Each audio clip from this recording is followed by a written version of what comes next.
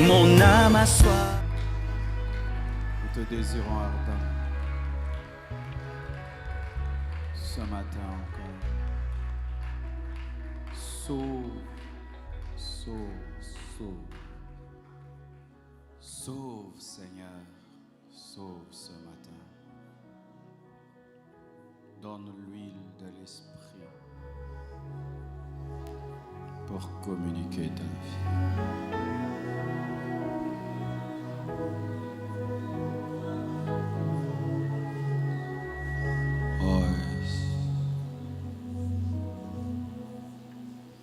Je t'ai cherché partout, enfin je t'ai trouvé. J'ai besoin de toi.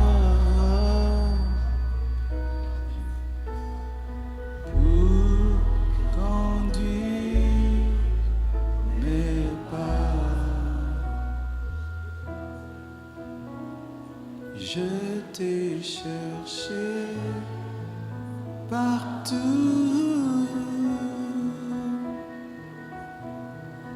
enfin je t'ai trouvé.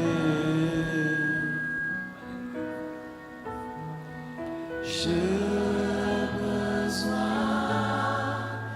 de toi.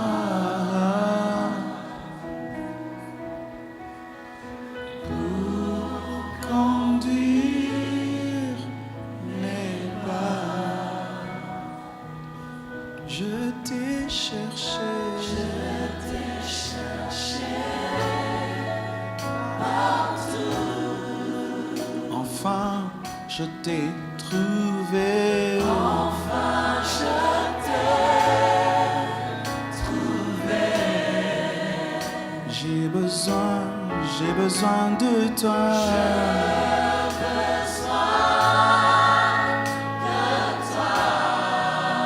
Pour conduire mes pas, Seigneur. Pour conduire mes pas. Je te veux près de moi, Jésus. Sentir ta sainte présence. Écouter ta puissante voix, toucher ton saint visage. Je te veux près de moi, Jésus. Sentir ta sainte présence, écouter ta puissante voix, toucher ton saint visage. Je t'ai cherché partout, partout. Enfin, je t'ai trouvé. Enfin, je t'ai trouvé. J'ai besoin de toi.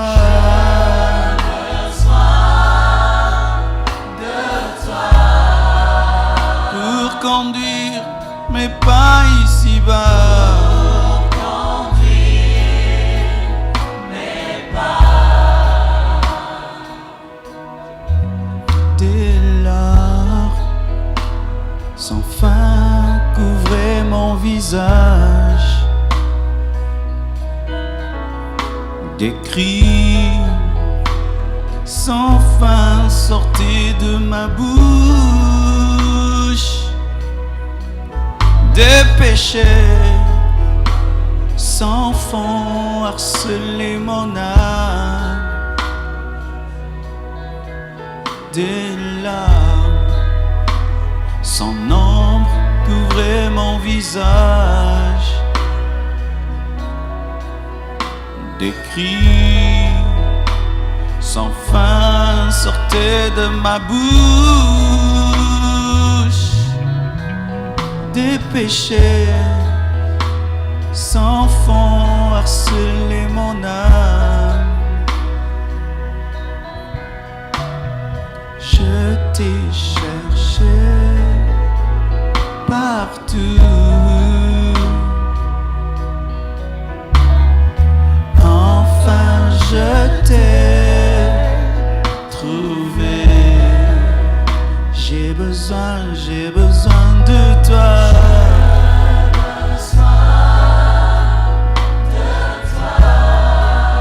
Pour conduire mes pas, Seigneur.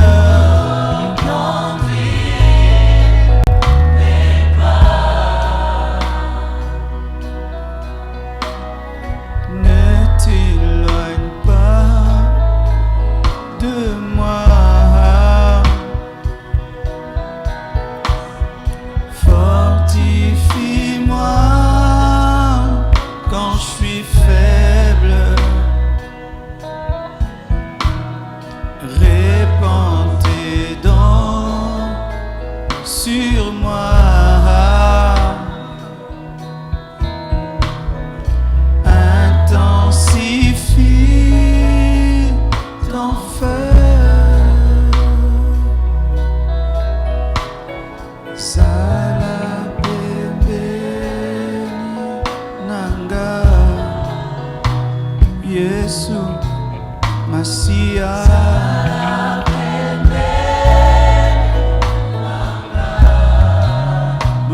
Moi, tongo pokwa,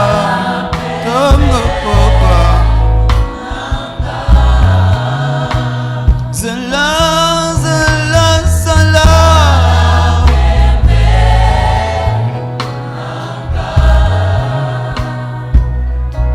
Oh, demeure près de nous, car c'est toi notre sanctification. Demeure près de moi, car tu es le secret de ma vie. Ta présence est plus que le paradis. Ô Dieu, accorde-nous ta présence ce matin. Parle, agis, convainc, transforme, délivre. Je chasse tous les démons opposés contre ce message au nom de Jésus-Christ.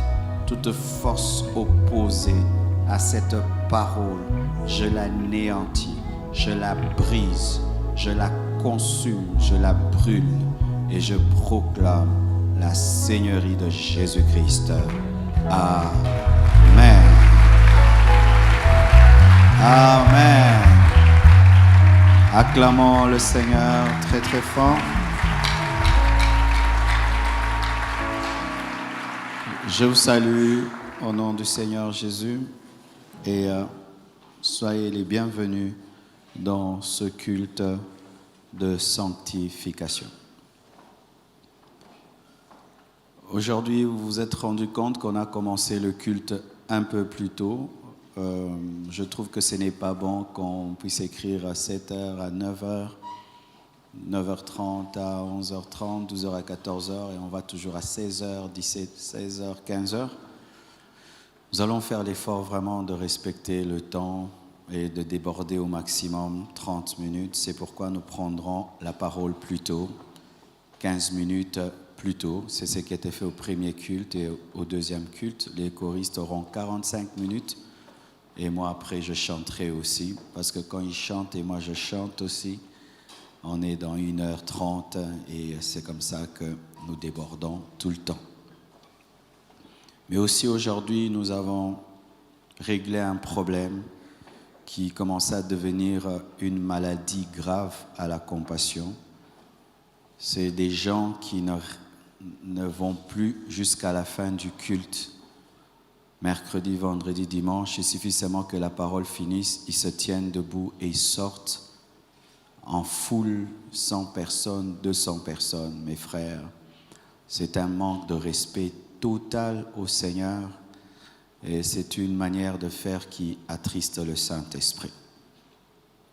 Désormais, quand je finis la prédication, les protocolaires vont commencer à fermer la porte. Je répète, que ce soit mercredi, vendredi, que je sois là, que je ne sois pas là, que je voyage ou pas, à la compassion, désormais, on finit la prédication, on ferme la porte. Vous devez rester là, prier après le message, écouter les communiqués et recevoir la prière de bénédiction. Tous ceux qui ne sont pas d'accord, trouvez une autre église où vous allez faire ce que vous voulez, où vous allez vous promener à l'église comme vous voulez, causer comme vous voulez, mais je crois que c'est le minimum. D'ailleurs, l'église Compassion ne sont pas une église qui déborde. Il y a des églises qui débordent 2 heures du temps. Nous, le maximum, c'est 30 à 1 heure du temps. Nous avons des cultes de 2 heures du temps, 2h30, et ce n'est pas normal que quelqu'un qui assiste à un culte pendant 1h30 se donne le droit de se lever, et pas 200 personnes qui sortent. Quel désordre et quelle saleté. Donc, plus jamais ça à la compassion. Et si tu n'es pas d'accord avec moi, lève-toi déjà et rentre à la maison. Parce que quand je vais finir le message, on va fermer la porte. Les seules personnes qui peuvent sortir, ce sont les personnes qui ont des raisons valables. Et pour cela, vous vous adressez personnellement au protocole, vous expliquez la raison pour laquelle vous sortez. Mais si c'est un groupe, vous ne sortez pas. Lorsque vous allez assister à une réunion d'une autorité, vous ne faites jamais cela. Mais pire, quand vous le faites dans la maison de Dieu. Lorsqu'on parle de sainteté, ce n'est pas seulement se priver de voler, d'impureté, c'est aussi respecter Dieu, respecter sa présence. Et sachez que lorsque vous ne savez pas respecter la présence de Dieu, des choses mauvaises arrivent, mes frères. Vous voyez, Hérode, il a fait un discours et on lui a donné la gloire de Dieu. Au lieu qu'il refuse cette gloire, il a pris cette gloire. Il ne savait pas qu'il y avait un ange à côté de lui. Et cet ange l'a tué. Quand Dieu te voit au travail, tu respectes ton chef. Quand il voit à l'école, tu respectes tout. Aux aéroports, tu respectes. Aux frontières. Mais quand il te voit comment tu te comportes dans sa maison, comme si c'était vraiment ton jardin, mon frère, cela ne t'apporte aucune bénédiction. Et malheureusement, c'est que même certains ouvriers font de telles choses. Et même certains, ils sortent. Tu croirais même qu'il y a quelque chose d'important. Non, ils sortent dehors pour causer, parler. Et certains seulement, ils évitent de faire la queue pour sortir du culte. Donc, ils doivent vite sortir pour ne pas faire la queue. Et ils entraînent des gens derrière. Plus jamais ça la compassion. Pour ma part aussi, je vais veiller, commencer à respecter le temps. J'ai compris aussi pourquoi des fois je déborde. Des fois j'ai 10 points. Alors au lieu de parler de 10 points, je parlerai de 5.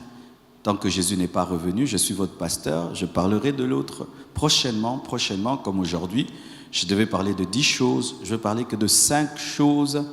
Et on finit le culte à temps et nous devenons une église davantage sérieuse. Amen. Car on reconnaît le sérieux d'une église par la manière dont on entre aussi et la manière dont on sort du culte. Amen. C'est aussi du respect. Lorsque nous étions dans les églises qu'on appelait des idolâtres, voyez comment on respectait. Et d'ailleurs, moi, là où je priais, on fermait la porte. Quand on venait au deuxième culte, tant que le premier culte n'a pas pris fin, vous êtes tous dehors, la porte est fermée, personne ne sort. Mais nous, aujourd'hui, on a le Saint-Esprit rempli de l'Esprit. Nous sortons comme nous voulons. Certains même, ils sortent et puis ils reviennent et puis ils sortent encore. Quelle saleté, mes frères. Quelle saleté. Alors, si certains, vous allez vous chamailler aux portes, protocolaires, chamaillez-vous. Amen. Hein? Je vous donne le droit de vous chamailler contre ces irrespectueux, ces désordonnés. Amen. Si tu ne respecteras pas les choses à l'église, reste à la maison, suis sur Facebook Live. Là, tu peux écouter la parole en chiquant, en causant. Mais une fois que tu mets les pieds à l'église, tu dois respecter le protocole du début jusqu'à la fin. À bon entendeur, salut. Amen. Hein? Nous nous tenons debout.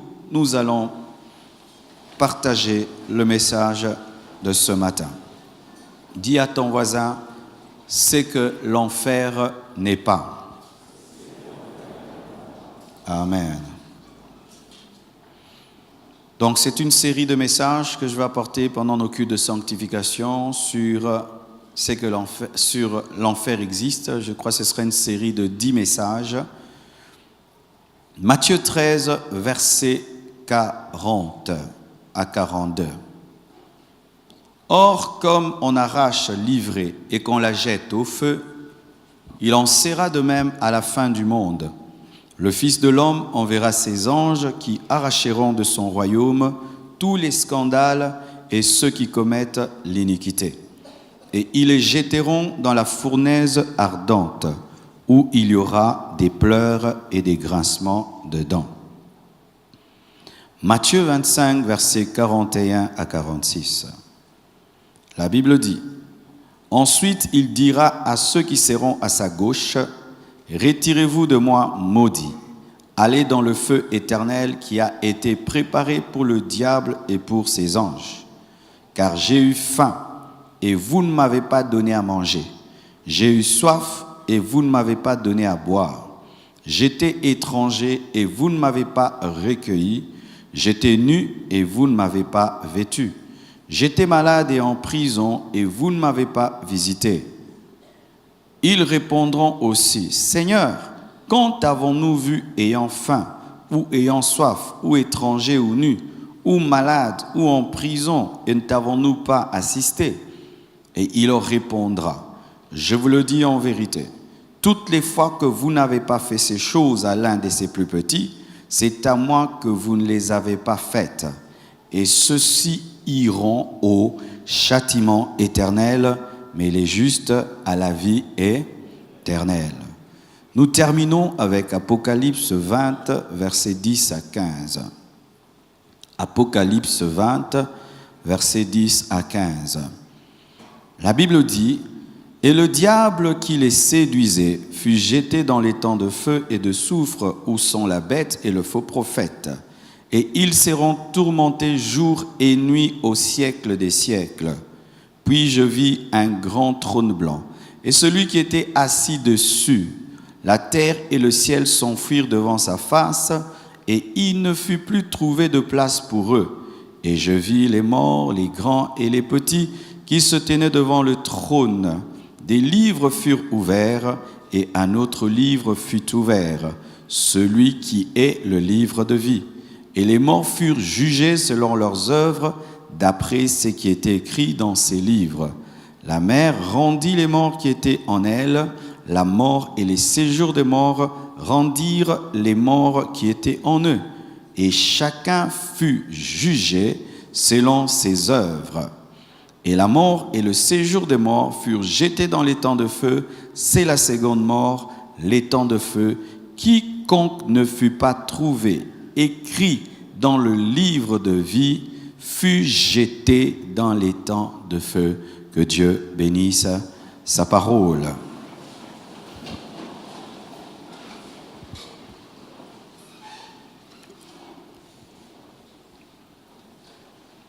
L'enfer. Bien-aimés frères et sœurs,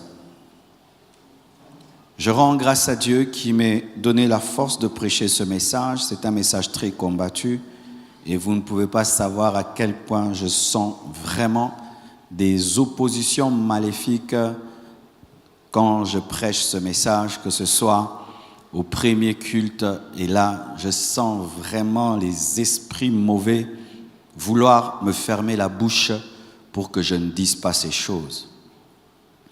Il y a des choses qu'on prêche qui ne dérangent pas trop le diable, vous devez le savoir, qui dérangent un peu le diable. Mais il y a des choses, quand on les prêche, elles dérangent à 100% Satan. C'est comme des messages comme ceci, parce que cela fait même partie de la destinée du diable, l'enfer. C'est-à-dire quand je prêche là sur l'enfer et qu'il y a des démons en ce lieu, ils sont dérangés par ce message parce qu'ils savent qu'ils finiront en enfer. Ils se rappellent même qu'ils finiront en enfer. C'est pourquoi vous remarquez que les prédicateurs ne prêchent pas beaucoup sur l'enfer car cela déclenche un grand combat spirituel. Tu peux en parler un peu dans le message, mais du début à la fin, une semaine, un mois, Satan n'aime pas car c'est un message qui déclenche le réveil et le salut. Et c'est des prédications sur le ciel et l'enfer qui ont engendré les plus puissants réveils dans le temps. Amen. Mes frères et sœurs, lorsque j'observe les hommes aujourd'hui, je me rends compte que les hommes sont distraits par rapport à l'éternité. Nous nous comportons comme un fruit qui est créé par Dieu pour qu'il finisse par être mangé, mais il se comporte comme s'il finira sur l'arbre. C'est ça l'homme aujourd'hui. Il se comporte comme un fruit qui ne quittera jamais l'arbre. Un fruit peut aimer l'arbre de tout son cœur, qu'il le veuille ou pas, il finira par quitter l'arbre. S'il ne quitte pas parce qu'il est cueilli, il tombera parce qu'il y a un oiseau qui est tombé dessus ou qui l'a mangé, ou il y aura un vent, ou un homme va cueillir, quelqu'un va bouger l'arbre, ou il va pourrir, mais aucun fruit ne reste éternellement sur un arbre. Et nous aussi dans ce monde-ci, mes frères, nous ne resterons pas éternels sur cet arbre appelé le monde, appelé la vie. Nous sommes des fruits. Ceux qui sont jeunes, ils sont comme des fruits verts. Ceux qui sont déjà adultes sont comme des fruits mûrs. Et ceux qui sont vieux, je ne sais pas que vous êtes des fruits pourris, mais vous allez vers la mort. Mais tu peux t'accrocher à l'arbre. Mais il y a un principe dans ta nature. Tu es appelé à tomber. Et tu peux aimer cette vie. Tu peux te battre pour ne pas mourir. Tu peux tout faire si Jésus tarde. Même si tu manges la meilleure nourriture. Même si tu habites un bunker. Même si tu fais le sport tous les jours. Même si tu veilles sur ton alimentation. Même si tu ne sors jamais de ta maison évitant un accident. La mort te trouvera là parce que tu es un fruit. Tu finiras par tomber de l'arbre. Nous entendons souvent de tels messages dans les deuils, malheureusement pour l'Église. L'Église prêche l'éternité quand quelqu'un meurt. L'Église prêche l'éternité quand il y a un deuil. Mais l'Église ne prêche pas l'éternité aux personnes en bonne santé. Alors que c'est vous qui avez besoin d'entendre ce message, pas un mort. Lorsqu'un homme est mort, il n'entend plus la prédication, mais nous donnons les messages des vivants aux morts, alors que ce sont les vivants qui ont besoin de vivre. La distraction. L'homme est concentré sur la terre. Qu'est-ce que je veux manger? Qu'est-ce que je veux boire? C'est ce qui est arrivé aux hommes du temps de Noé. Alors que les déluges se préparaient, eux pensaient, je vais boire, je vais manger, je vais boire, je vais marier ma fille, je vais me marier, je vais marier ma fille. C'est ce que Jésus-Christ a dit. Lorsque le déluge est venu, les gens mangeaient, buvaient, mariaient, se mariaient, mariaient leurs filles. Et puis le déluge est venu. Au temps de Sodome et Gomorrhe, les gens mangeaient, buvaient, mariaient, se mariaient. Et le feu est tombé sur eux. Une surprise due à la distraction. Il y a plusieurs sortes de distractions. Et toute distraction est mauvaise dans la vie. Si tu es distrait au niveau des études, tu vas échouer. Si tu es distrait quand tu conduis une voiture, tu auras un accident. Si tu es distrait dans les affaires, tu vas rater des grandes opportunités. Mais tu peux toujours te rattraper dans les affaires. Tu peux te rattraper dans les études. Tu peux éviter un accident. Mais quand tu es distrait par rapport à l'éternité, mon frère, si tu es distrait par rapport à l'éternité, ce sera fini. Là, on ne se rattrape pas. Là, il n'y a pas de seconde chance. Là, il n'y a pas de rattrapage. Mais les gens sont distraits. Combien de fois pensez-vous à votre éternité? Et combien de fois vous pensez à l'argent? Combien de fois vous pensez à la bénédiction? et combien de fois vous pensez à l'éternité? Combien de fois vous pensez à la vie sur cette terre et combien de fois vous pensez à vos maisons dans le ciel? Vous remarquerez à quel point nous sommes distraits. Et une distraction mortelle, une distraction tellement nuisible que le message de l'éternité a quitté la bouche des prédicateurs, a quitté les séminaires, a quitté les conventions. Prêcher l'éternité, c'est être un prédicateur basique, c'est un prédicateur qui manque quoi dire, c'est être un prédicateur qui manque de révélation. Alors que Jésus-Christ, prêchant pour la première fois, a dit « Répentez-vous car le royaume des cieux est proche ». Jésus a eu comme premier message « Répentez-vous car le royaume des cieux est proche ». Et quand il est parti, il a annoncé son retour. Jésus a commencé avec l'éternité et il a fini avec l'éternité. Les chrétiens, les païens, tous nous sommes distraits. Dommage, mes frères et sœurs, que nous puissions même être comme des païens. Le païen ne pense pas au ciel, le chrétien ne pense pas au ciel. Le païen ne croit pas en enfer. Et il y a aussi des chrétiens qui ne croient pas en enfer. Même certains grands hommes de Dieu, théologiens, arrivent à dire que l'enfer est une erreur. L'enfer n'existe pas. Les hommes vivent comme s'ils ne seront pas jugés.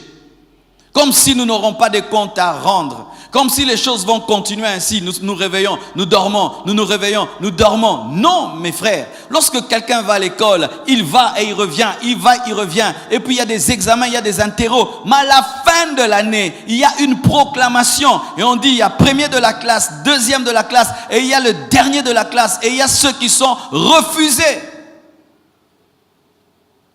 Ça ne continuera pas comme ça, mes frères.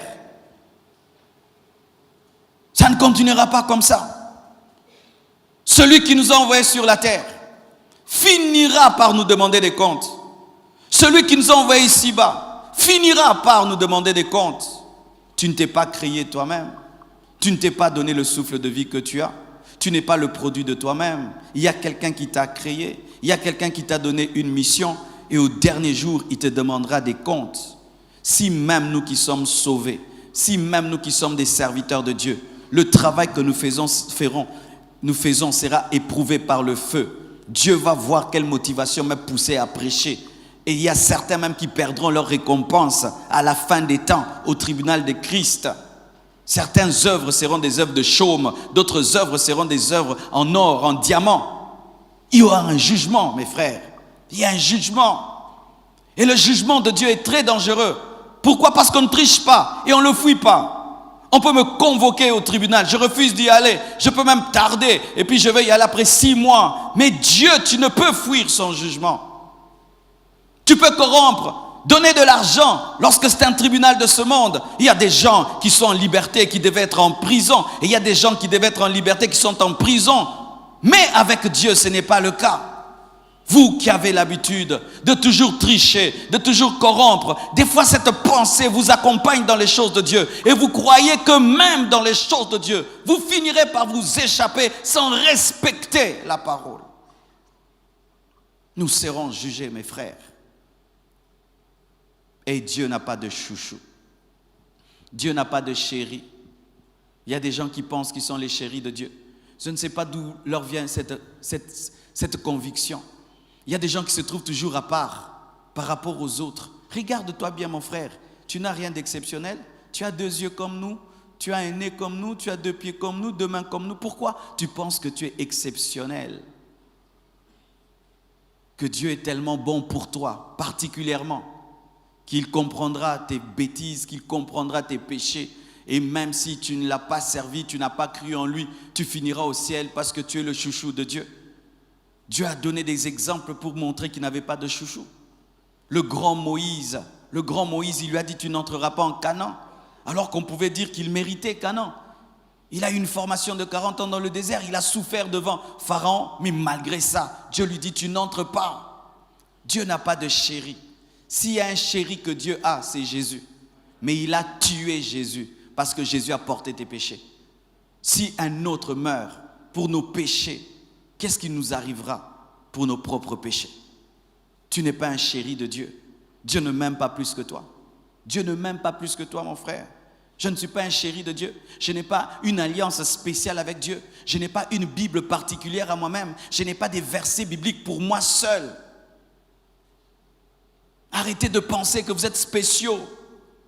C'est un esprit d'égarement. Arrêtez de penser que vous êtes un cas à part. C'est un esprit d'égarement. Qui souvent échoue à l'école? Ce sont les étudiants qui pensent qu'ils sont à part, que tout le monde peut étudier sauf eux.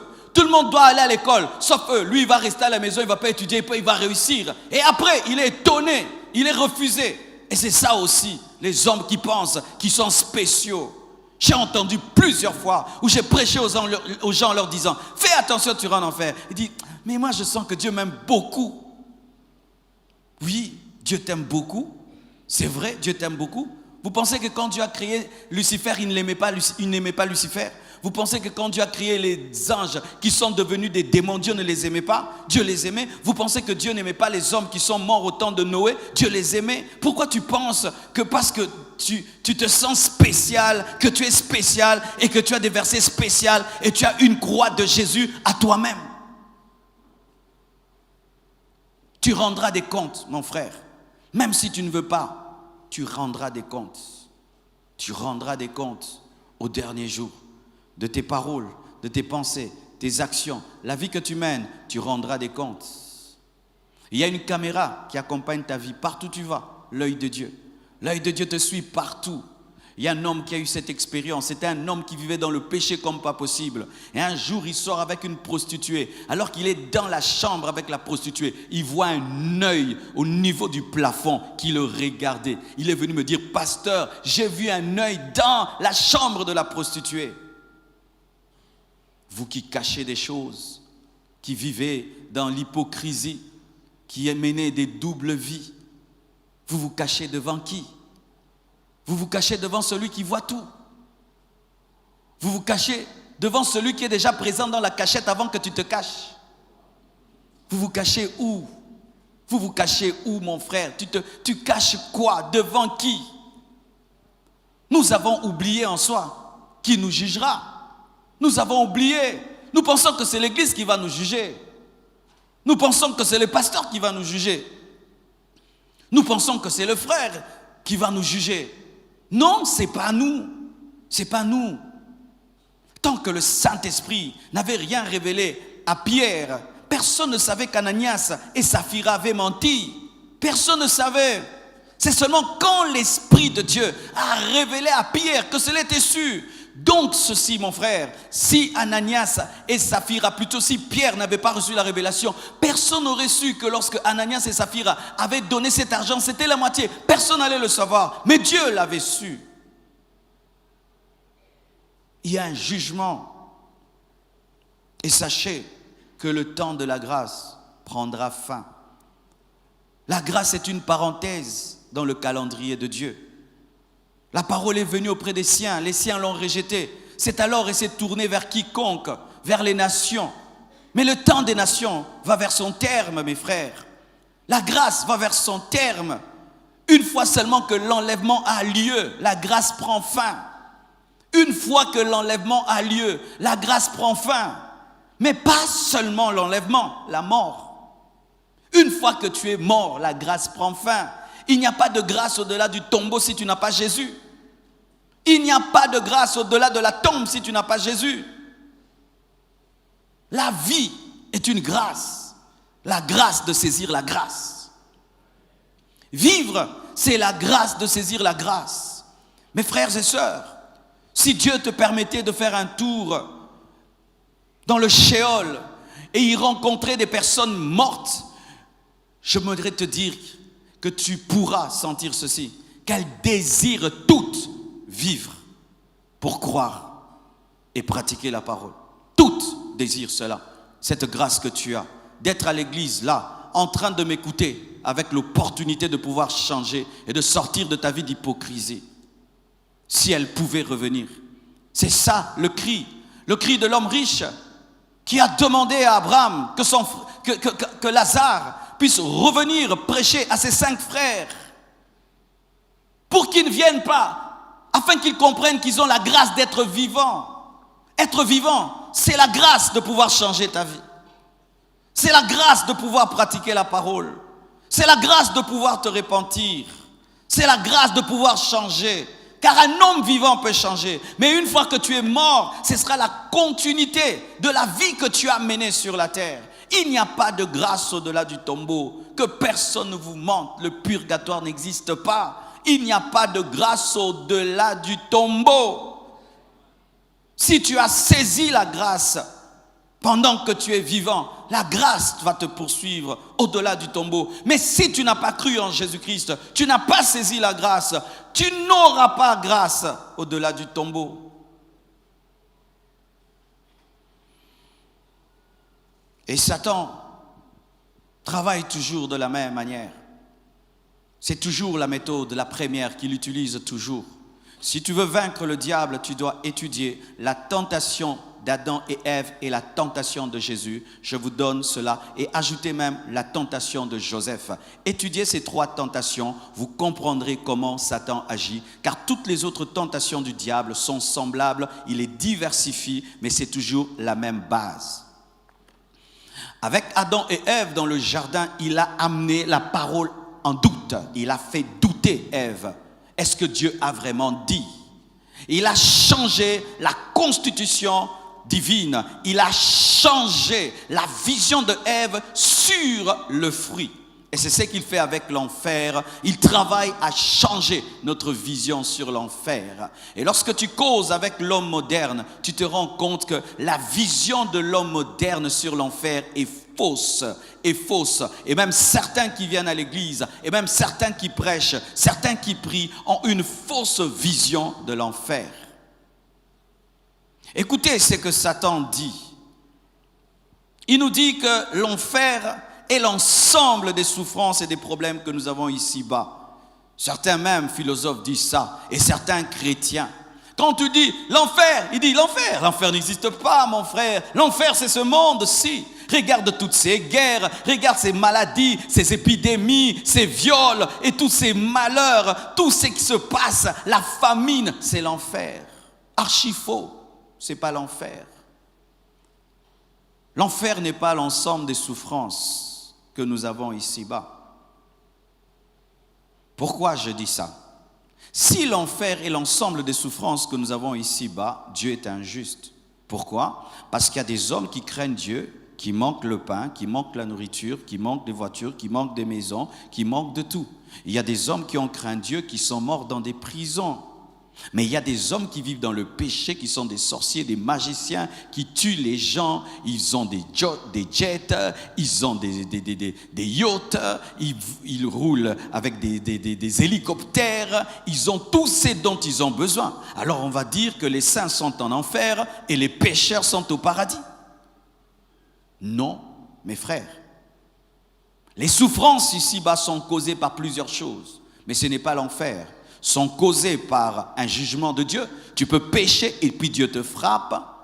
Les souffrances sont aussi causées par une épreuve où Dieu veut tester ta foi. Les souffrances aussi viennent de ta propre négligence, car tu peux causer tes propres souffrances.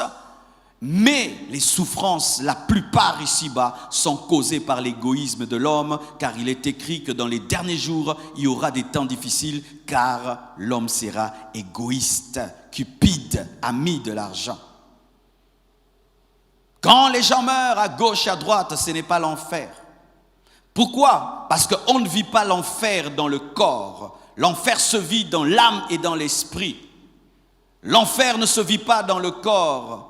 Car si l'enfer se vit dans le corps, l'enfer dure un temps, alors que la Bible révèle que les gens qui vont en enfer souffrent au siècle des siècles, éternellement. Donc l'enfer ne se vit pas sur la terre. Cette terre, ce n'est pas un enfer, car certains sont dans un paradis sur cette terre et d'autres sont dans des souffrances. L'enfer, mes frères, n'est pas un lieu plein d'ambiance où tous les viveurs se réjouiront sans l'interdiction de Dieu. Ça, souvent, j'ai entendu des gens le dire, Quand je prêche à des jeunes qui aiment la vie, à des hommes qui aiment aller dans les boîtes, dans les bars, des hommes qui aiment fumer, qui aiment s'enivrer, qui aiment sortir samedi, et tu leur dis l'enfer existe, ils te prêchent l'enfer comme étant la continuité de leur bar, la continuité de leur boîte, la continuité de leur concert. Ils te présentent un enfer heureux, où il y aura des stars, des vedettes, des célébrités, qui vont continuer à les égayer. Frères, ne jouons pas. Il y a une maladie aujourd'hui dans ce monde, les gens rient de tout. Tu leur prêches sur le péché, ils rigolent. Tu lui dis tu es voleur, il rit. Tu dis impudique, tu mourras, il rigole. Mon frère, pourquoi tu ris quand on prêche une prédication qui te touche et tu ris? Nous sommes habitués à rire de tout, à rire même des choses qui vont nous tuer. Et nous amenons des blagues dans les choses de Dieu, disant que l'enfer c'est le ciel et le ciel c'est l'enfer. Et nous nous moquons, on dit au ciel ce sera ennuyeux, mais en enfer il y aura la vie. Et les gens rient. Tu ris mon frère. Sachez ceci mes frères, en enfer il n'y aura pas de compagnie. Personne ne sera près de toi. Souvent, lorsque les gens imagent l'enfer, ils montrent plusieurs personnes au même endroit, mais ce n'est pas le cas. Regardez quand on présente l'homme riche, on montre qui est à côté de lui. Il n'y a personne. En soi, l'enfer, c'est une prison. Nous pouvons être à 10 000 à Makala, mais si tu es dans une prison fermée, tu ne verras pas les autres.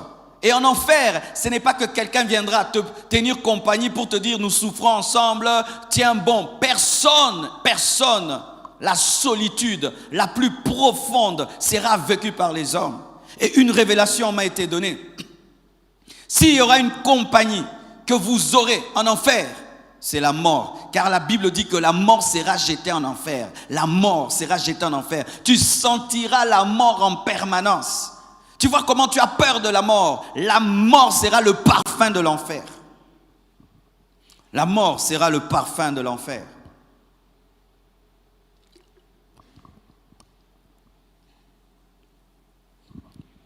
Et on dit, non, moi je préfère aller en enfer, parce que là-bas, les gens s'amusent, les gens blaguent.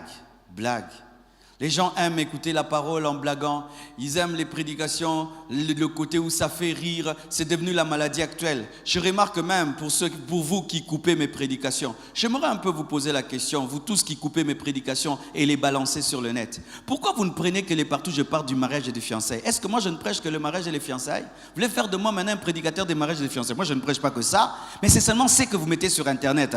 Tu vas épouser une bonne femme, tu vas épouser une bonne femme. Moi je prêche que ça. Coupez aussi cette prédication d'aujourd'hui, mettez-la sur internet. Ça, vous n'allez pas mettre. Vous aimez couper les parties de mes prédications où je fais rire les gens. Moi, je ne suis pas un gadiadia, moi, je ne suis pas un mangobo.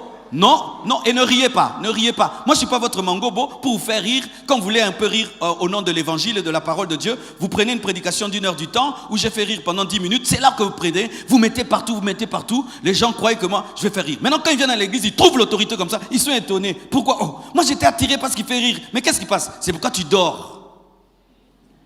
Si vous voulez dormir, prenez des coussins, dormez. Pourquoi vous voulez faire de moi un blagueur? Pourquoi vous ne prenez des parties de mes messages seulement là où je vous fais rire? Moi, je ne quitte pas ma maison pour vous faire rire. Non, je ne quitte pas ma maison pour vous faire rire. Je ne quitte pas chez moi avec la décision de faire rire quelqu'un. Non. Si c'est pour ça que tu viens à l'église, vraiment, je trouve une autre église parce que je ne suis pas un gadiadia. Non. Mais le problème, c'est celui-là. Lorsque la parole vous touche, vous aimez rire. Vous aimez rire seulement pour l'esquiver. Pour esquiver la parole. Pour qu'elle ne vous touche pas. Alors vous riez pour qu'elle passe. C'est une manière d'esquiver la parole. Parce que si tu restes conscient, tu restes triste, elle va te toucher, tu vas changer. Tu préfères rire. Une stratégie satanique et démoniaque. Et c'est cet esprit-là qui saisit beaucoup de gens. Qui commence maintenant à se moquer du ciel. Oh, ce ciel-là, ce ciel-là. Mon frère, le ciel, c'est ça l'espérance de l'homme. L'homme a été créé dans le paradis et il ne doit vivre que dans le paradis. C'est là où nous devons vivre. Regarde, je ne sais pas si tu es vraiment spirituel, mais un homme très spirituel, même vivre sur cette terre le fait souffrir. Un homme spirituel, vivre sur cette terre le fait souffrir. Quand il voit les injustices, il voit les gens qui tuent les autres, qui détruisent les autres, mais qui sont toujours en train de prospérer. Ça fait souffrir un homme qui craint Dieu, de voir les gens pécher. La Bible nous dit, à cause du péché de Sodome et Gomorrhe, Lot avait mal à cause du péché des autres, mais il avait mal. Et lorsque même Paul parle, il dit, il préfère mourir, mais pour l'église, il préfère rester. Mais s'il doit choisir, il veut partir.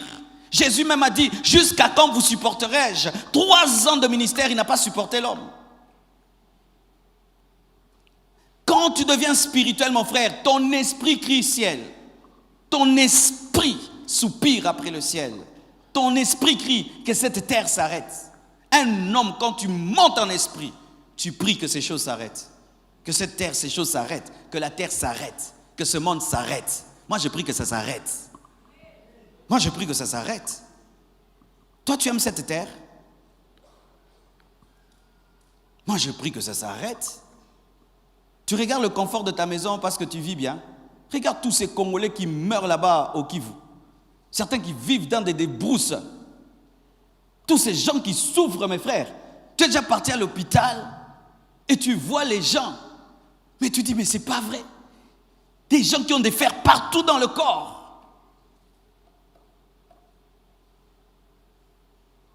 Si on n'atteint pas ce niveau-là, on n'est pas chrétien.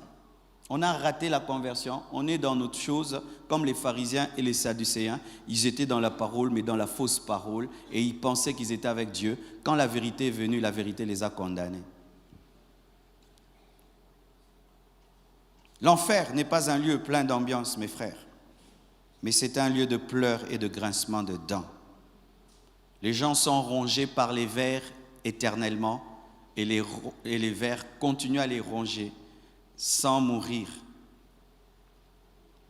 Les gens sont brûlés par un feu qui ne finit pas. Et des gens qui ont fait l'expérience de la mort et qui sont revenus à la vie et qui ont connu le couloir de l'enfer. J'expliquerai toutes ces choses, couloir de l'enfer et tout ça, avec le temps dans les autres enseignements. Il dit ceci, que quand quelqu'un meurt, sa conscience est multipliée, sa sensibilité est multipliée. Et la sensibilité à la douleur augmente, la sensibilité à la tristesse augmente davantage. C'est ça qui est en enfer. Il n'y a aucune joie. Même quand on dit que non, le diable va maltraiter les gens. Non. Quand Dieu jette tout le monde en enfer, même le diable ne maltraite personne. Parce que maltraiter quelqu'un peut lui donner même le plaisir. Personne n'a la joie en enfer. Personne n'a la joie. Alors frère, si tu joues à parler d'un enfer qui est un concert, fais très attention. La Bible ne dit pas cela. L'enfer n'est pas une invention des prédicateurs pour effrayer leurs auditoires, mais une vérité biblique, signe du jugement divin sur les impies. Je n'invente rien. Tous les versets que j'ai donnés sont dans la parole. J'aurais même préféré, mes frères, que ça n'existe pas. Vraiment, si Dieu pouvait me demander mon avis, je dirais, Seigneur, enlève l'enfer. Ce n'est pas que j'invente et qu'aujourd'hui j'aimerais vous terrifier. Non, c'est la parole. Si nous devons vous prêcher la bénédiction, parce qu'elle est dans la Bible, si on doit vous prêcher les miracles, parce qu'elles sont dans la Bible. Si on doit vous prêcher le baptême de l'Esprit, parce qu'il est dans la Bible, pourquoi on ne doit pas vous prêcher l'enfer? Jésus a prêché l'enfer. Jésus a enseigné sur l'enfer plus que les autres apôtres, plus que tous les disciples. Jésus parlait clairement de l'étang de feu. Jésus parlait clairement là où il y a les pleurs et les grincements des dents. Jésus. Si Jésus était le prédicateur d'une église, le pasteur d'une église, il parlerait beaucoup de l'enfer. Beaucoup de l'enfer. Nous n'en inventons rien, mes frères. Et d'ailleurs, un prédicateur qui ne te parle pas de l'enfer ne t'aime pas. Un prédicateur qui ne te parle pas de ton éternité ne t'aime pas. Un prédicateur qui t'amène que dans ta vie présente ne t'aime pas. Je vous assure, mes frères, vous me direz merci dans l'éternité d'avoir entendu ces choses. Vous me direz merci d'avoir abîmé votre dimanche, de vous avoir rempli de peur, de vous avoir rempli de tristesse. À salut, vous me direz merci. Ce n'est pas une invention. C'est écrit dans la parole. Et on ne doit pas vous prêcher une partie de la parole pour que seulement vous soyez heureux. On doit vous prêcher toute la Bible, là où elle donne la joie et là où elle fait peur. Même moi aussi, quand je lis la Bible sur l'enfer, mes frères, moi aussi j'ai peur. Moi aussi j'ai peur, je ne veux pas aller là-bas.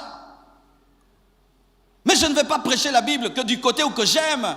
Quand je parle de l'onction, je suis très à l'aise. Quand je parle des miracles, je suis très à l'aise. Quand je parle du succès, je suis très à l'aise. Mais je ne dois pas prêcher la parole où je suis à l'aise. Je dois être fidèle à la parole. Ce n'est pas une invention. C'est écrit dans la parole de Dieu. Plusieurs endroits dans la Bible, on parle de l'étang de feu de soufre. On parle de l'enfer. On parle de l'étang de feu. On parle de la seconde mort. L'enfer n'est pas un lieu de souffrance limitée dont l'homme finira par s'habituer sans sortir. Il y a même des théologiens qui enseignent ça. Faites attention aux théologiens, mes frères.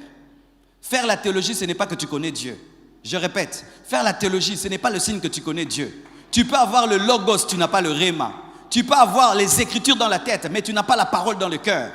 Et il y a des théologiens qui enseignent des enseignements du genre qu'un jour Dieu finira par pardonner aux gens qui sont allés en enfer. Et il te le dit en grec, il te le dit en hébreu, en araméen. Mes frères et sœurs, si Dieu arrêtera l'enfer, donc il va arrêter le ciel aussi. Car ces deux choses sont parallèles. S'il y a le ténèbre, il y a la lumière. S'il y a la lumière, il y a les ténèbres. S'il y a le ciel, il y a l'enfer. S'il y a la nouvelle Jérusalem céleste, il y a aussi l'enfer. Dieu ne va pas arrêter ça. La Bible dit au siècle des siècles. Celui qui va en enfer, mes frères, il va pour toute sa vie. Je ne sais pas si vous avez déjà connu des problèmes sur cette terre où tu as l'impression que ça ne finit pas. Tu vois que les journées deviennent longues, les années durent et tu perds l'espoir. Mais ça, ce n'est rien. Un homme qui est en enfer, il y est pour l'éternité. C'est-à-dire il n'y a plus de temps. Lorsque quelqu'un entre en prison, on dit que tu es en prison à vie. Le jour où tu meurs, la prison s'arrête. Mais celui qui est en enfer, elle ne s'arrête pas. Pourquoi? Parce que l'esprit ne meurt pas. L'âme ne meurt pas. Éternellement, éternellement, éternellement. On ne fait pas un jour en enfer, ni 2 jours, ni 3 jours, ni 1000 ans, ni même 1 million d'années. Qu'on te prenne, on te met seulement dans un four pendant 1 jour, dans un four pendant 1 jour. Mais on te met éternellement. Ce n'est pas que tu t'habitues aussi aux souffrances parce que tu es dedans depuis longtemps. Non, tous les jours, c'est comme si c'est la première fois. Vous voulez aller à un tel endroit où vous êtes venu à l'église des années, vous avez écouté la parole, mais puis vous finissez en enfer. Parce que vous étiez des chrétiens hypocrites, des faux frères, des fausses sœurs, des religieux, des gens qui viennent à l'église et qui ne savent même plus ce qu'ils viennent faire. Vous voulez finir dans de tels endroits. J'aurais aimé être un païen et puis je finis en enfer. Mais pas quelqu'un qui a écouté la parole et qui finit en enfer. J'aurais aimé ne jamais entendre. Je pourrais même dire Dieu, j'ai jamais entendu. Mais toi tu as entendu. Et tu es en train d'entendre. Pendant que je prêche, tu entends. Mais aucune décision dans le cœur. Tu attends seulement la fin du culte, qu'on dise Amen, et que tu continues comme d'habitude dans ta vie, mon frère. Et tu es un homme. Et tu es un homme. Si même tu ne vas pas aller en enfer par amour pour Dieu, si tu ne vas pas aller au ciel par amour pour Dieu, va même au ciel par amour pour toi-même. Si tu n'aimes pas Dieu, tu n'aimes pas... Mais aime-toi, évite-toi l'enfer.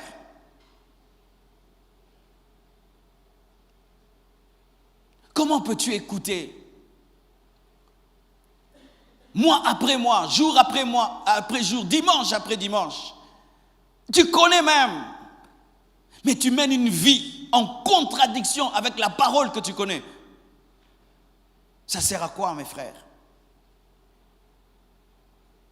Ce n'est pas un lieu de souffrance éternelle, plutôt limité, mais c'est un lieu de souffrance éternelle. L'homme n'en sort jamais. Une fois que Dieu te met en enfer, c'est fini. C'est fini, tu deviens comme le diable. Le diable est condamné à l'enfer et jamais plus ce jugement ne peut être enlevé. Et un homme qui meurt sans Christ devient comme un démon. Son jugement ne peut être enlevé. Il peut pleurer, il peut crier. Jamais Dieu ne le pardonnera.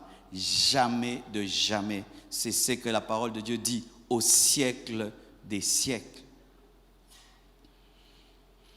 L'enfer n'est pas une réalité qui contredit la nature de Dieu. Il y a une secte qui enseigne cela. Ils disent que Dieu est bon, il ne peut envoyer sa créature en enfer. Ils disent comment Dieu peut envoyer ses enfants en enfer. Les gens qui prêchent l'enfer ne connaissent pas Dieu. Dieu est amour. Oui, Dieu est amour. Mais Dieu n'est pas seulement amour. Dieu est aussi saint. Dieu est aussi juste. La justice de Dieu envoie en enfer. L'amour de Dieu envoie au ciel. Si tu ne connais pas Dieu dans sa totalité, tu auras un sérieux problème. C'était encore ça le problème des pharisiens. Ils ne connaissaient que le Dieu de la loi. Lorsque le Dieu de la grâce est venu, ils ont été balayés par la grâce. Et lorsque tu ne connais que l'amour de Dieu, tu ne connais pas sa justice, la justice de Dieu te frappera. Dieu t'aime, oui c'est vrai, mais Dieu est saint. Dieu est saint. L'amour de Dieu a envoyé Jésus-Christ sur la terre. Mais la justice de Dieu punira tous ceux qui n'ont pas cru en lui. L'amour de Dieu a accepté que Christ meure à la place de l'homme. Mais la justice de Dieu frappera tous ceux qui n'ont pas cru en sa mort. Et même, sachez, l'amour de Dieu a donné Jésus. Mais la justice de Dieu a tué aussi Jésus. Parce qu'il s'est fait pécher. Et la justice de Dieu devait le frapper. Dieu est amour. Mais Dieu est aussi saint. Dieu est aussi juste. Comment allez-vous expliquer alors le déluge? Le Dieu d'amour a tué le monde entier, sauf une seule famille, la famille de Noé, le Dieu de la Bible, mes frères. Le Dieu de la Bible, on ne va pas prendre une partie de la Bible. Dieu a tué le monde entier. Et il n'a laissé qu'une seule famille. Au temps de Sodome et Gomorrhe, il a tué toute une ville. Il n'a sauvé qu'une seule famille. Dans le désert, il a massacré son peuple lorsqu'il est tombé dans l'idolâtrie. La plupart de ceux qui sont sortis de l'Égypte ne sont pas entrés en Canaan à cause de l'incrédulité. Si ce n'est Josué et Caleb, c'est le Dieu de la Bible. Le Dieu de la Bible a dit à Moïse, tu n'entres pas. Le Dieu de la Bible. Dieu n'est pas doudou. Dieu n'est pas un vieillard. Dieu n'est pas un grand-père. Lorsque tu iras au ciel, tu ne trouveras pas un vieillard. Vous qui pensez que c'est un vieillard fatigué. C'est cette image-là que le diable nous donne de Dieu. Pourquoi? Pour qu'on finisse comme lui en enfer. Alors que lui, il sait qu'on ne joue pas avec Dieu. Lucifer a joué une fois seulement avec Dieu. Une fois seulement il a joué. Il a été banni pour l'éternité. Avec toute la foule qui l'a suivi. Si vous ne savez pas, mes frères, ce sont des milliards d'anges qui ont suivi Lucifer. Il y a des milliards de démons.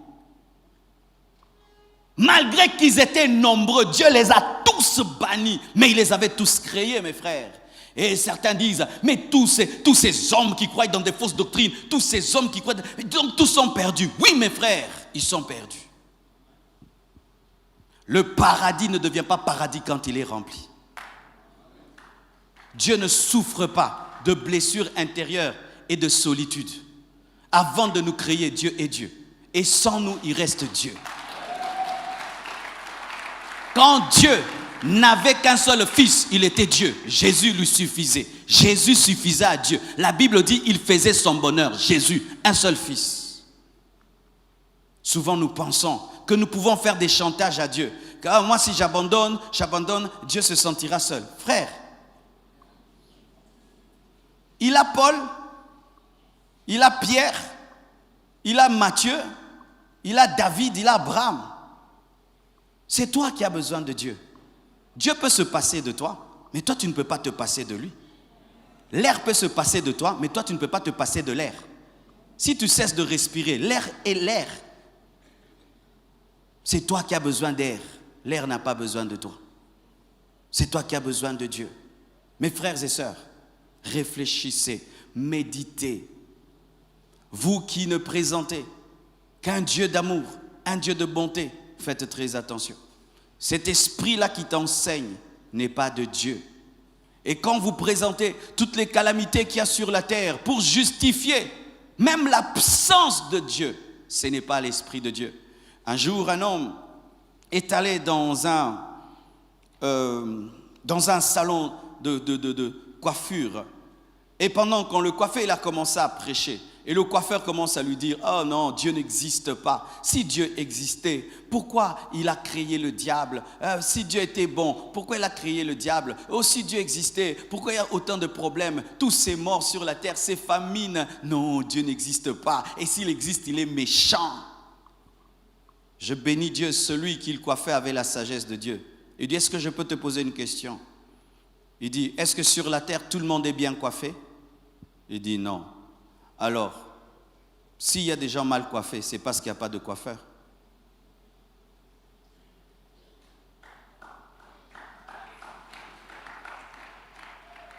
Ces gens qui sont là en raste avec des cheveux bizarres prouvent qu'il n'y a pas de coiffeur. Il dit, non, ils ne sont jamais entrés dans mon salon. La même chose. Il y a la souffrance sur la terre parce que les hommes ne sont pas allés vers Dieu. Si nous allons vers Dieu, nous aurons une bonne politique, une bonne économie. Nous allons partager. Il n'y aura pas de famine, il n'y aura pas de souffrance. La couche d'ozone ne sera pas transpercée. Nous allons savoir gérer la nature. Si ce monde est ce qu'il est, c'est parce que l'homme est allé loin de Dieu. Si les hommes ne sont pas coiffés, ce n'est pas parce qu'il n'y a pas de tondeuse, c'est parce que l'homme est allé loin de la tondeuse. Et s'il y a des souffrances sur la terre, ce n'est pas parce que Dieu est méchant, c'est parce que l'homme a rejeté l'amour de Dieu en devenant égoïste, cupide. Ce n'est pas Dieu qui est en train de bouffer les salaires des gens. Non, ce n'est pas Dieu. C'est l'égoïsme de l'homme qui fait que l'homme, au lieu de payer ses frères, met tout dans la poche. Ce n'est pas Dieu. Ce n'est pas Dieu. C'est nous. Mes frères et sœurs, sachez ceci, qu'il est possible de venir à l'église et d'aller en enfer. Il est possible d'écouter la parole et d'aller en enfer tant que tu n'as pas donné ta vie à Jésus-Christ. La Bible dit, car Dieu a tant aimé le monde qu'il a donné son Fils unique afin que quiconque croit en lui ne périsse point, mais qu'il ait la vie éternelle. C'est le plus puissant verset de la Bible, mon frère. Le plus puissant. Venir à l'église ne sauve pas. Avoir des responsabilités à l'église n'amène pas au ciel. Même prêcher l'évangile n'amène pas au ciel.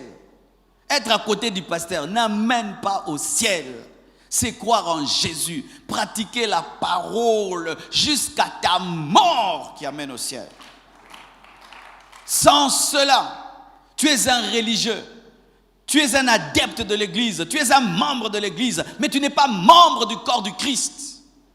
Alors qu'il est encore temps, quittez cette religiosité, quittez cette vie où vous vous approchez de la parole sans la recevoir dans vos cœurs. Sortez de là, alors qu'il est encore temps. Alors qu'il est encore temps. Je ne le laisserai pas, le péché, mon péché, de vivre le ciel. Et je ne permettrai pas à un péché de rien du tout de me conduire dans un feu éternel. Aller en enfer, c'est être escroqué. Pour un petit plaisir de quelques minutes, tu as l'éternité en enfer. Pour une voiture, tu as l'éternité en enfer. Une maison, l'éternité en enfer. Des habits, l'éternité en enfer. Un homme, une femme, un plaisir, l'éternité en enfer. Je préfère manquer tout ça et attendre calmement le ciel, comme le pauvre Lazare. Que Dieu vous bénisse abondamment.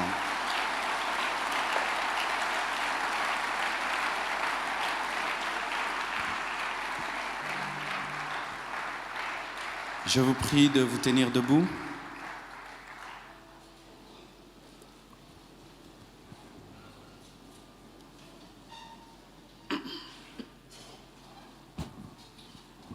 Fermons nos yeux, s'il vous plaît. Et qu'on ferme la porte, s'il vous plaît. Napesi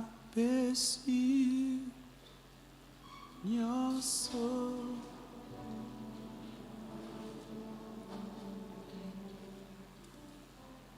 nabozi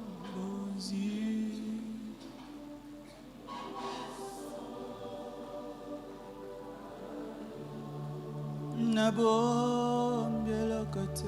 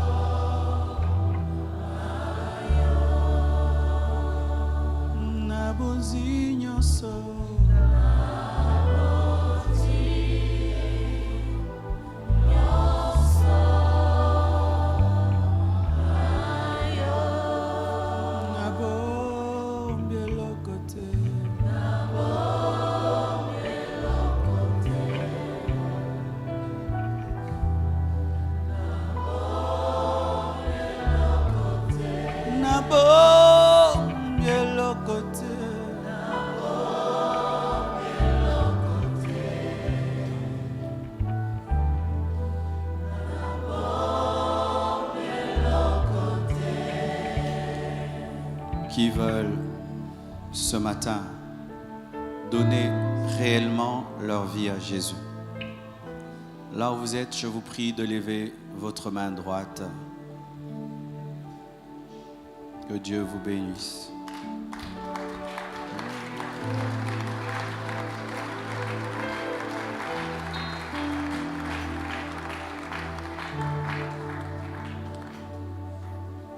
Ne prends pas à la légère ce jour. Je peux te dire que depuis janvier jusqu'à aujourd'hui, c'est parmi mes plus puissantes prédications. Parce que ce message peut t'amener au ciel. Je peux te prêcher le succès, ça peut te faire de toi un homme riche, c'est tout. Mais ce message peut t'amener au ciel. Aussi à tous les chrétiens qui ont rétrogradé, tu es rentré en arrière. Tu es retourné à tes anciens péchés. Les péchés que tu avais abandonnés hier, tu les as récupérés. Lève la main, toi aussi, qui veux revenir à ta première consécration. Vous tous, je vous prie de vous avancer. Ceux qui veulent donner leur vie à Jésus, tout d'abord, et ensuite ceux qui veulent renouer leur alliance avec Jésus-Christ. Aujourd'hui, c'est un jour de salut. Et vous qui nous suivez sur Internet, ne tombez pas aussi dans le piège de toujours commenter les vidéos sans vous repentir et donner vos vies à Jésus. Dieu vous jugera parce que même au travers du téléphone, de la vidéo, Facebook, YouTube, vous écoutez la parole et Dieu sait que tu as entendu la parole. Même si c'est sur Internet que tu as suivi, tu as entendu la parole. Alors oublie un peu de commenter et si tu es dans ta chambre ou dans ton salon, agenouille-toi et donne ta vie à Jésus-Christ. Aujourd'hui, c'est le jour du salut. Agenouillons-nous. Nous, ceux qui sommes derrière, élevons nos mains vers eux. Aujourd'hui, c'est un jour de salut.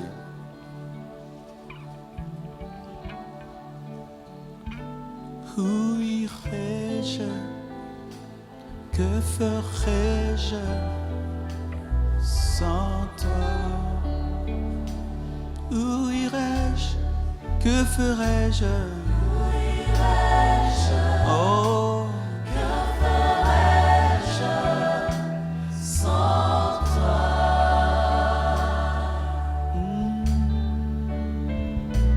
Venez, tu veux donner ta vie à Jésus, viens. Tu veux revenir à lui alors que tu l'as abandonné, viens également. Aujourd'hui, c'est un jour de salut et de repentance. C'est le jour le plus important de ta vie. Qu'est-ce qui sert à un homme de gagner le monde entier s'il perdait son âme? Qu'est-ce qui te sert d'avoir tout? Maison, voiture, compte en banque, si tu allais en enfer? Qu'est-ce que tu vas en faire?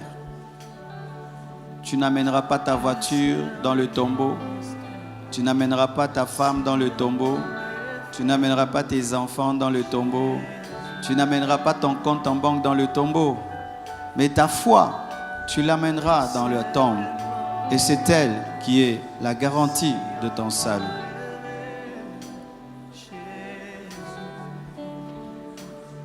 Que chacun de vous prie avec ses propres mots et ensuite je prierai avec vous. Prions, prions.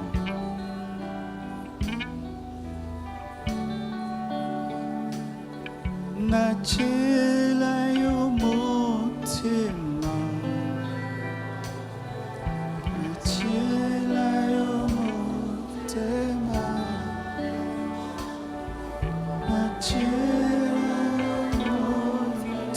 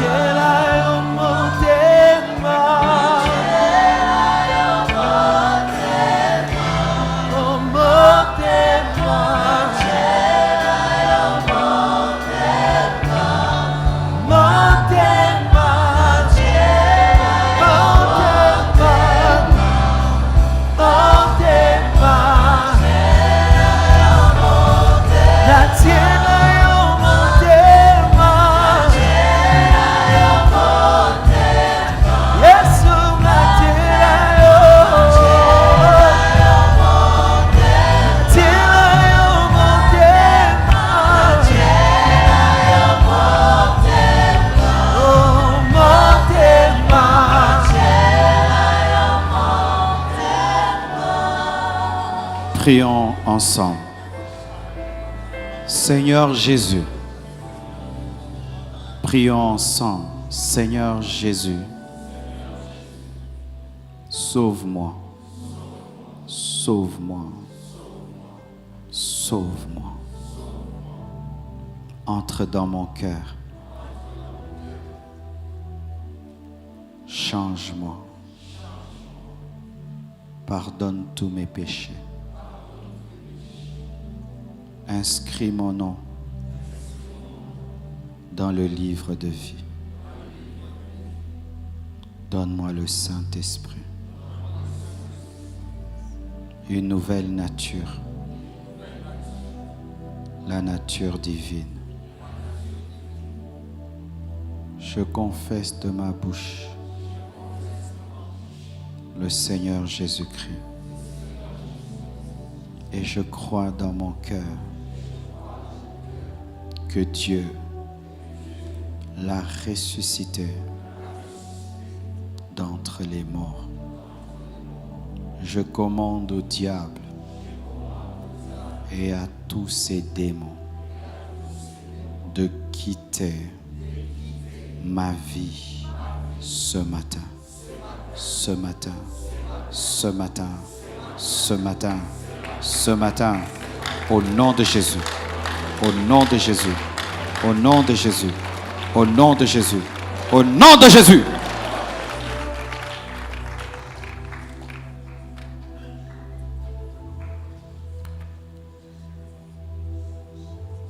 Saint-Esprit, remplis-moi, remplis-moi, remplis-moi, remplis-moi, remplis-moi. Remplis, remplis, remplis, remplis. Alléluia. Alléluia. Alléluia. La gloire de Dieu est ici. La gloire de Dieu est ici. La gloire de Dieu est ici.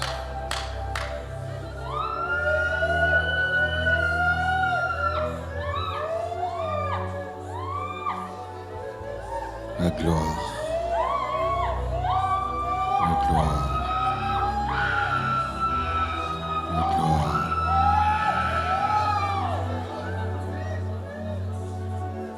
Glory. Glory. Glory. Glory. Sentez la sainteté de Dieu. Sentez la sainteté de Dieu. Yes. Yes. Il te restaure, toi qui l'avais abandonné. Il a vu ton cœur. Il a vu ton cœur. Il te restaure, toi qui reviens à lui ce matin. Il te restaure, il te restaure, il te restaure, il te restaure. Reçois la restauration.